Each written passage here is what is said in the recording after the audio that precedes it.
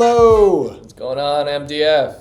Welcome back to listeners and viewers of Mostly Dead Folks, the history podcast about lives of the past and how we keep them alive today. I'm your co-host Joshua Stern. I'm Brian Dunn. And today we are here to talk about the 5 rings, the Olympics. Have you been watching any of the Olympics? I have. What events do you like in the Winter Olympics? Man, I love speed skating. It's good. It's exciting. How about the team? Did you see the team won?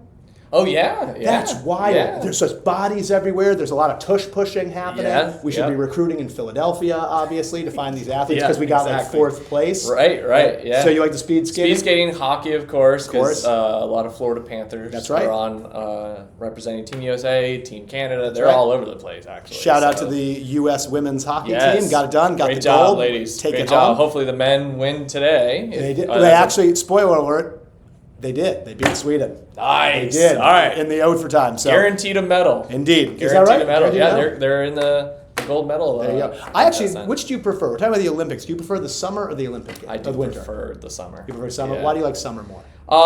Probably because I kind of understand the fair. events a lot. I mean, although gymnastics, idea. They're like, oh, that just cost her the Olympics, and like, like she just blinked the yeah, wrong way, and I was like, what? Improv. So same thing with figure skating. Sure. I mean, we had our ladies.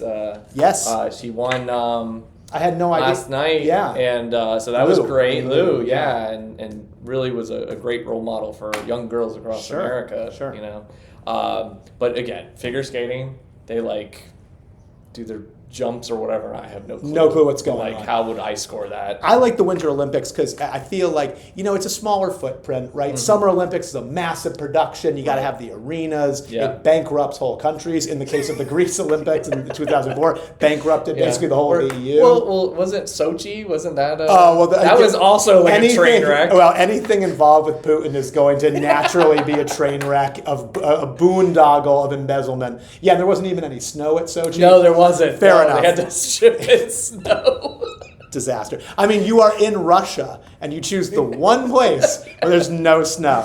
Unbelievable. Yeah. But we are here to talk about the Olympics today and great controversies in the Olympics. Of course, this most recent ongoing Olympics have had some controversy. There's the story of Eileen Gu, the American-born skier who is now skiing for China, who has drawn the ire of some in the Trump administration, as well as Inez Cantor Freedom, the Turkish basketball player who criticized her harshly for representing, in his words, an authoritarian regime, which, fair play given China's human rights record, but that's a controversy there. There was a controversy involving curling. Was the Canadian team holding the rock too long? An extra little touch. Hey, in curling, this is big. Yeah. Extra touch, you can control the rock. Couples figure skating. The French judge might have fixed a little bit of the French because they won gold. Oh, and we got silver. Oh, was it the French judge again? Yes, and the French, they wobbled a little bit. Again, I'm not an expert in figure skating. Are you sure? But they wobbled a little bit. Yeah. So the Americans kind of deserved the gold, and they were trying to appeal it, but I don't think they're going to be successful. Moral of the story, don't let the French judge anything. No. Moral of the story here. No. So Brian's going to give us a little background from his historical perspective about the Olympics, the modern day Olympics, why they're here, and then we're each going to share our sort of what we think is the biggest controversy in Olympic history. I think it's my turn to start this time, right? Yeah. So go ahead, tell us a little bit, Brian. So of course, this is where we see the start of the Olympics is Greece, right? So this was a competition where all the different city-states, so you had Sparta, Thebes, Corinth, Athens, of course, come together. And really this was, I believe the men had their own competition, and we'll talk about why in a second. And then the women also had theirs. But this was really, if you look at some of the events like javelin throw and dashes and sprints and that sort of thing, this was really to see who had the best warriors and soldiers. Now, why I said they were separate is because the men, you might not know this, way back in the day, they performed completely naked. I did know that. Yes, and according to the legend, there was a terrible accident when the men back then were wearing their tunics or togas at the time, and during the sprint, that it led to a leg injury because the men were trying to run with their togas and say, oh, this will never work, and so why not? Can't wear clothing when you're running. No, what are we doing? So the Olympics, as it started out, only for the men to watch and only for the men to perform. Makes sense. ladies, you have your own separate one. So, but yeah, it was really just to kind of show off in a competition between the city-states, because they were very competitive with each other, to see who had the best warriors and really athletes. Can I ask a question? Yeah. I've always heard the story that the Olympics stopped wars, that people at least would have a truce during the Olympics. Do you know anything about that? Is that actually true? It seems like kind of an urban legend. Yeah, I think it's more of an urban legend, because if we look at just Athens and Sparta in particular, they're very, very competitive with each other. They literally fight a civil war with each other. So I don't know about that. I don't know. I think that might be more of a modern sense of the Olympics. But tying it back to the ancient games, still to this day, with the modern games, the Olympic torch is always lit in Greece before it goes on its journey until eventually it goes to that host nation. So, of course, the Winter Olympics is where, Josh?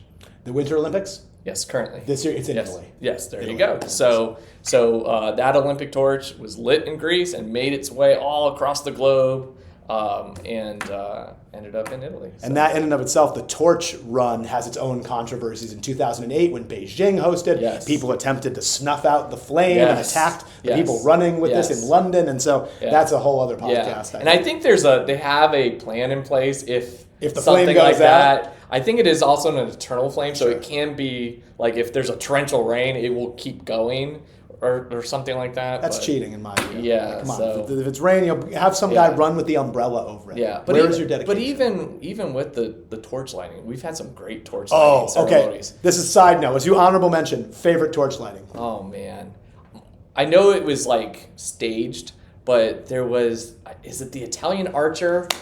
And he shoots it. My mind. But when you see it through the other angle, it was all staged, and it looks like he just hit it perfectly and shot that arrow perfectly. When was that? I feel like that was Lillehammer in like 92, maybe. Yeah. I could be wrong. And then, of course, we have Muhammad Ali. That's my favorite. Yeah. I mean, that is, you want to talk about coming full circle. Here's a guy who had Parkinson's. Lost his career because his Vietnam protest was vilified. Yeah. And here he is, shaking with Parkinson's in Atlanta, lighting the torch. Unbelievable. One more, and it might have been South Korea. This is bad, animal rights people. They had some doves on the torch, and they lit the torch, and some doves were still on the torch at the time, and some like literally got spooked and went right into the flames. Oh my God! So I mean, I missed that. Hopefully for the doves, it was quick. You can see the video online if you really want to, if you're curious. But I can watch all kinds of graphic stuff. I don't know if I can watch that. I missed that. And that was in Korea too. Actually. I think it was South Korea. I want to say Pyeongchang in 2018. Yeah. Or no, this was like 80s, 70s. The like 88. It was the Seoul Olympics in 88. Okay, it might have been that one. Yeah. It might have been that one. I mean, it was a beautiful ceremony and everything like that. Not for the doves. Not for the doves. Not for the doves. They became Kentucky Fried Chicken. Goodness me. Well, Korea does have wonderful fried chicken, I will say. All right, so moving into the meat of things, I guess I'll go first. Lots of controversies to choose from. The one that I went with would have been the 1972 Summer Olympics, which were held in Munich, Germany. This was already an interesting Olympics because it was 36 years after the infamous Berlin Olympics, which came to be known as the Hitler Olympics. Hitler puts on this big production to show the world Nazi greatness and the power of the Nazi regime to have cleaned up Germany. And of course, they hide a lot of their worst offenses against people who are Jewish and so on and so forth to put their best face forward. There is an attempted boycott of that event. And this name, you'll have to remember, Avery Brundage, who was not yet involved with the International Olympic Committee. He becomes the president, but he was involved with planning that event. And there's a boycott attempt in the United States amongst Jewish athletes to say, hey, listen, we are not going to go to this Olympic and prop this guy up. Brundage is vehemently opposed to it, casts all kinds of aspersions on it, and essentially says, there's no way we're going to boycott this Olympics. I've gotten word from the Nazis. They're good. They're not. All these things are just hearsay, so we're going to go ahead with the Olympics. So remember that name, Avery Brundage. So the Olympics returned to Germany for the first time since this. And, of course, this is post-World War II now, so post the Holocaust legacy, and not that far removed, right? You're looking at less than 30 years. So Munich is putting out its face that, hey, guys, we know what happened in the past. This is a different Germany. It should be noted this is West Germany because it's divided during the Cold War. So they're trying to put their best foot forward. And for them, For the Munich organizers, the worst case scenario occurs on September 5th, 1972. The Palestinian terrorist organization Black September breaks into the athlete village. They take hostage the Israeli Olympic team. 11 athletes are held hostage. I don't know why that thumbs up keeps coming up. Just go with it. I'm not thumbing that up, obviously. And they're held hostage overnight. There's TV cameras on it. The entire thing from start to finish is botched by the West German officials, who are kind of stuck. They want to do this, they want to solve it, but they don't want a lot of attention on it because, as I mentioned, the history of Germany, and of course now you have Jewish athletes being held prisoner by these terrorists on German soil. It's a very long story. I highly recommend. There's lots of great documentaries on it. The end of this sad tale is at the exchange, where they put helicopters out on the tarmac of this West German airport. The hostages are supposed to be released. There's a firefight. It's a huge fiasco. A German policeman is killed. The athletes, all of them are killed when a terrorist pulls a grenade and blows up the helicopter, killing everybody aboard, except for 3 terrorists who were actually arrested, which is another story. But the 11 Israeli athletes, after this torturous 24 hours plus in captivity, ultimately die. Horrible event, obviously. The controversy here is Avery Brundage, who is now the head of the Olympics, the president of the IOC, decides to continue the Olympics, despite widespread cries to cancel the event, not only from the Israelis, but from numerous other countries, including the Jordanians, which is an interesting story. They proceed with the Olympics. Brundage gives a memorial service, which is very callous, cold, doesn't even mention the Israelis at all, kind of brushes it under the rug as yet another controversy that the Olympics need to rise above. To me, I'm a big believer in sport and the power of sport. There are certain times where sports need to take a back seat, and Brundage's ego and desire to elevate the Olympics beyond their station, in my view, is a shameful event. So for me, the decision to continue on with the Olympics in 1972, literally the day of news coming out that all of these Israelis have been murdered in overnight, to me is a deserving controversy, and for me is by far the biggest controversy in the Olympics. How long did he, do you know how long did he stay as? Brundage, I believe that may have been, it was either 72 or the next Olympics were in 76 in Montreal. That may have been his last, but it was somewhere around there. So I would say for me it's the... and this was made into a Spielberg film, It correct? was. Munich, which is not Spielberg's best in my view, but the story that it tells, you're absolutely right. The Israelis, never one to let a grudge go when it relates to their own people, launch an assassination campaign that spans continents, involves blowing up people using telephone bombs, and ultimately, ironically enough, they believe they have targeted a man involved in this in Lillehammer, Norway, which would later host the Winter Olympics in, I believe, 1994. They get the wrong guy. This guy was just, I believe he was either a waiter or a chef at a restaurant, and they accost him in the street, the Israeli secret police, the Mossad, and they murder him incorrectly. So this causes a massive blowback of historic proportions. But yes, the movie Munich by Steven Spielberg, and there's some great documentaries on it. Highly recommend.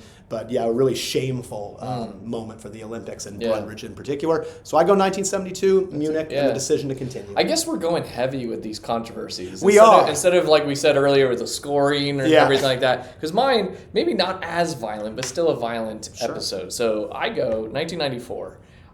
This is getting ready for the Winter Olympics. I know where you're going with this And this involves really kind of an ice princess of sorts.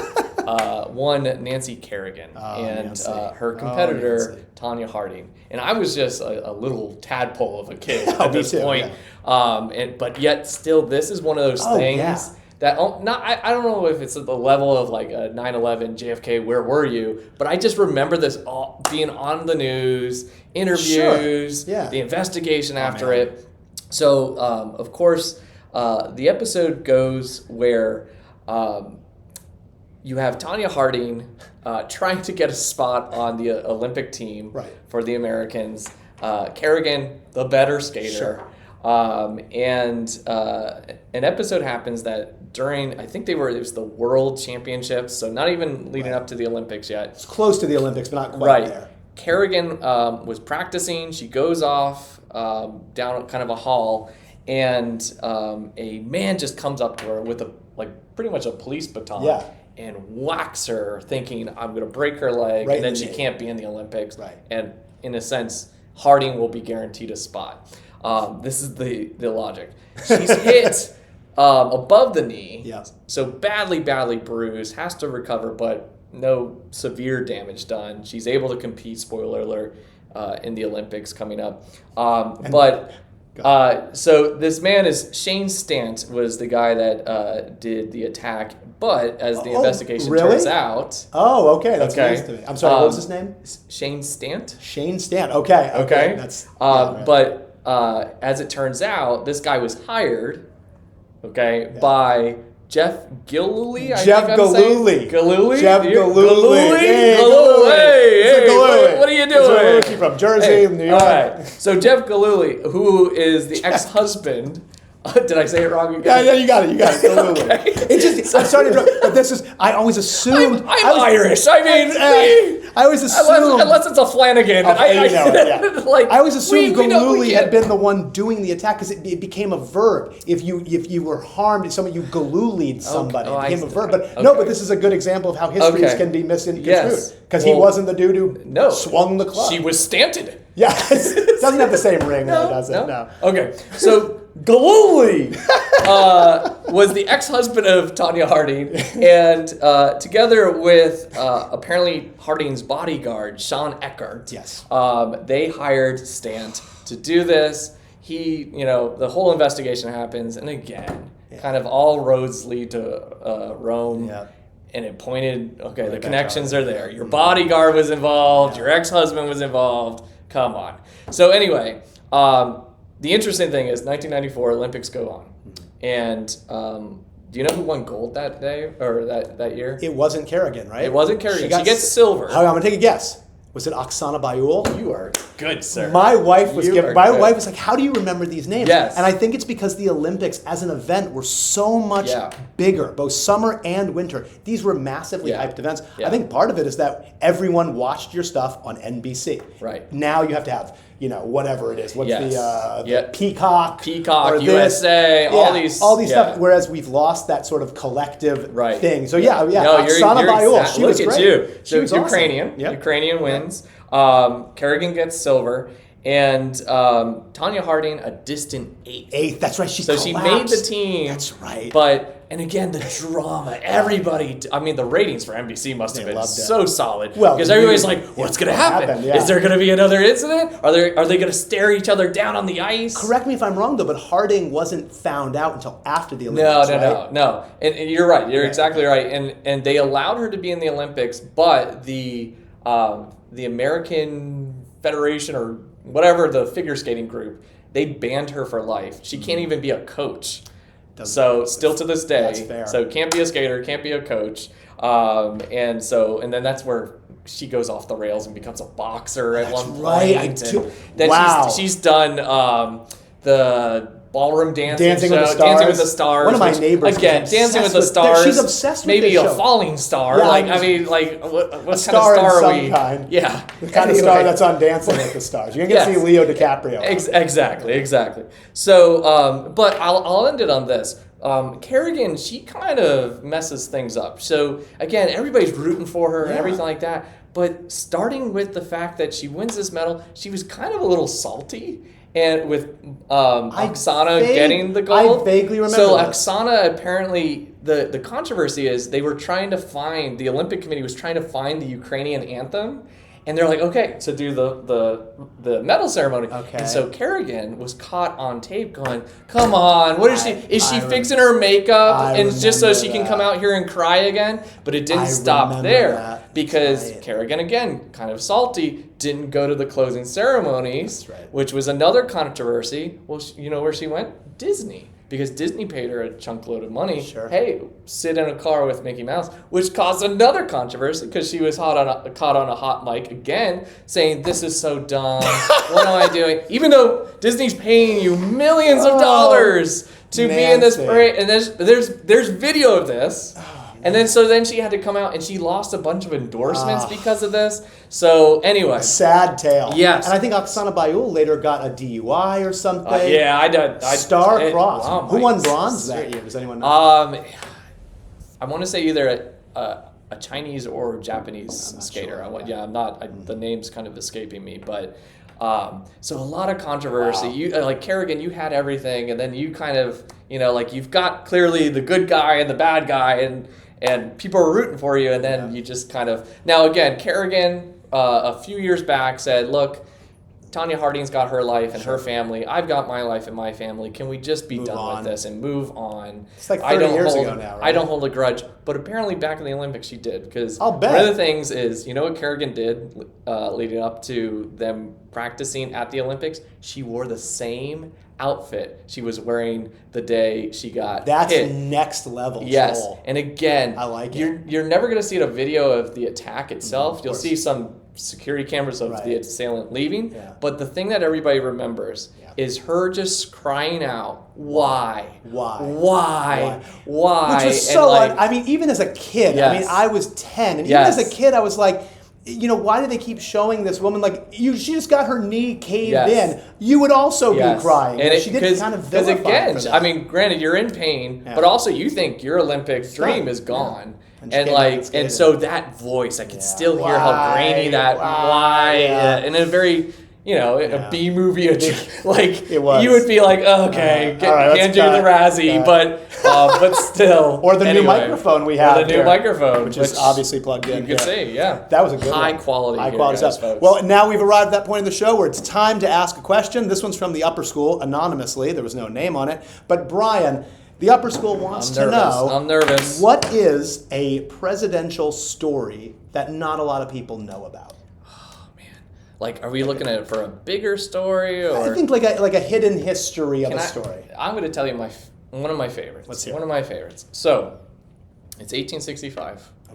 Okay. And Lincoln's funeral procession is, you might see where I'm going with this. I don't know. Go ahead. Is going through New York, and down the streets of New York, and this is so cool. I get chills every time I tell this story, and. There is a grandfather there with his grandsons. And he says, boys, go to the window and look out at this funeral going by of a great president, Abraham Lincoln. You will never forget this day. You know who that young boy was? A future president. Spoiler alert. Roosevelt. It is Theodore Roosevelt. Now, guessed it. Cool story. You know what's awesome? We have a picture of this. No. So, you can look it up. You can Google it. There's a picture where you'll see... There's the funeral procession, and there is two little kids' heads looking out a window, and one of them is Theodore Roosevelt. Yes. And this has been confirmed by National Archives and everything like that yes, this is a real picture, real story, but it gives me chills every time. So you have a future president looking down at was a current president, and just you have two presidents in the same shot. I think on that note, it's a different one than I was going to go with, but you've inspired me here that I think it might have been at Lincoln's second inaugural, but Booth was in the crowd. Yes. For, I think, his second inaugural. And that goes into his stalking. Right. He stalked Lincoln a lot. I'll bet. But yes, he is in that photo. That's an odd one. Gotta love history, man. Yeah. That's why we have this podcast, because we love history, Absolutely. obviously. Hopefully you love history a fraction as much as we do, or hopefully you love it even more than we do. That's all we have this week. As always, please subscribe. Leave us your comments in the notes there about any episodes you'd like us to talk about, any sort of ideas. And let us know if you liked the wheel episode that we did last. That got a lot of love. We can bring it back. It's not a high production. I know you might think otherwise, but we don't have a big production. We own that wheel. We don't rent it. We own it. Well, thanks to our wonderful friend and benefactor, Andrew, who did that for us. Yes. But that's all we have. All the time we have for whatever I'm trying to say. It's all the time we got. I'm Joshua Stern. I'm Brian Dunn. Until next time, thanks for listening and viewing. Take care.